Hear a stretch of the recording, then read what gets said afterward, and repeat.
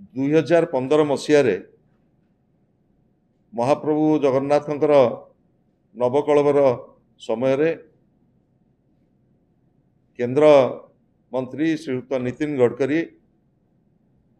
ओडिशा को आसीथिले एवं से समय रे पिपिली ठारे एक साधारण सभा होता एवं से साधारण सभा रे से तीनोटी गुरुत्वपूर्ण निष्पत्ति घोषणा करथिले एवं से दिन घोषणा थिला गोपालपुर दीघा ठारू गोपालपुर ठारू बरहमपुर दीघा पर्यंत कोस्टाल हाईवे निर्माण करा जिवो एवं यार दैर्घ्य 413 किलोमीटर हेबो एवं द्वितीय रे से घोषणा करथिले जगन्नाथ सड़क रामेश्वर ठारू चंदनपुर पर्यंत जगन्नाथ सड़क को जातीय राजपथर मर्यादा दि जाए ताकू मध्य निर्माण करा जिवो एवं पुरी ठारू भुवनेश्वर पर्यंत से राजपथर मध्य विकास करा जिवो आपण माने जानिछन्ते आ भितरे गोटे दशंधि अतिक्रम कर सारा एवं ये उपकूल राजपथ कोस्टाल हाईवे नहीं बहुबार सांबादिक सम्मेलन होती राज्य रे चर्चा आलोचना होती एवं व्यक्तिगत भाव रे जो दिन ठारू ए कोस्टाल हाईवे घोषणा करागला आज पर्यंत मु विभिन्न समय आपण मान पाखे मत रखी मु मूलरू कही जदि ये प्रस्तावित कोस्टाल हाईवे निर्माण हुए ओडिशार अर्थनैतिक विकास ओडिशार पर्यटन विकास एवं आमे उपकूल ओडिशा रे जो क्रमागत भाव रे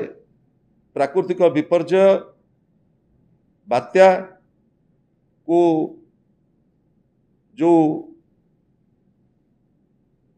फेस करूचे तार मध्य गोटे समाधान बाट बाहर कोस्टाल हाईवे केवल ओडिशार अर्थनीतिर मुखशला हेनी ओडिशा विकासर गोटे बड़ माइल खुंट हम कोस्टाल हाईवे प्रस्तावित कोस्टाल हाईवे एवं परवर्ती समय रे बहु चर्चा आलोचना परे तीन थर ये प्रकल्प को बदला गला तीन थर प्रकल्प को बदला गला परे केंद्र सरकार राज्य सरकार सहमति हेले रामेश्वर ठारू रतनपुर गोटे पैकेज एवं रतनपुर ठारू दीघा पर्यंत आ गोटे पैकेज दुईटी पैकेज रे ये जातीय राजपथ कोस्टाल हाईवे निर्माण करा जिवो एवं यह को जो घोषणा करा जाइथिला 413 किलोमीटर ताको कमे की करागला 346 किलोमीटर प्रथम पैकेज रामेश्वरपुर ठारू रतनपुर 176 किलोमीटर एवं रतनपुर ठारू दीघा पर्यंत 170 किलोमीटर से अनुसार डीपीआर निर्माण करागला डीपीआर टी प्रस्तुत करागला एवं प्रथम फेज ठारे रामेश्वर ठारू रतनपुर पर्यंत 4टी पैकेज प्रस्तुत करागला। प्रथम पैकेज है रामेश्वर ठारू पुरी, पुरी ठारू काकटपुर,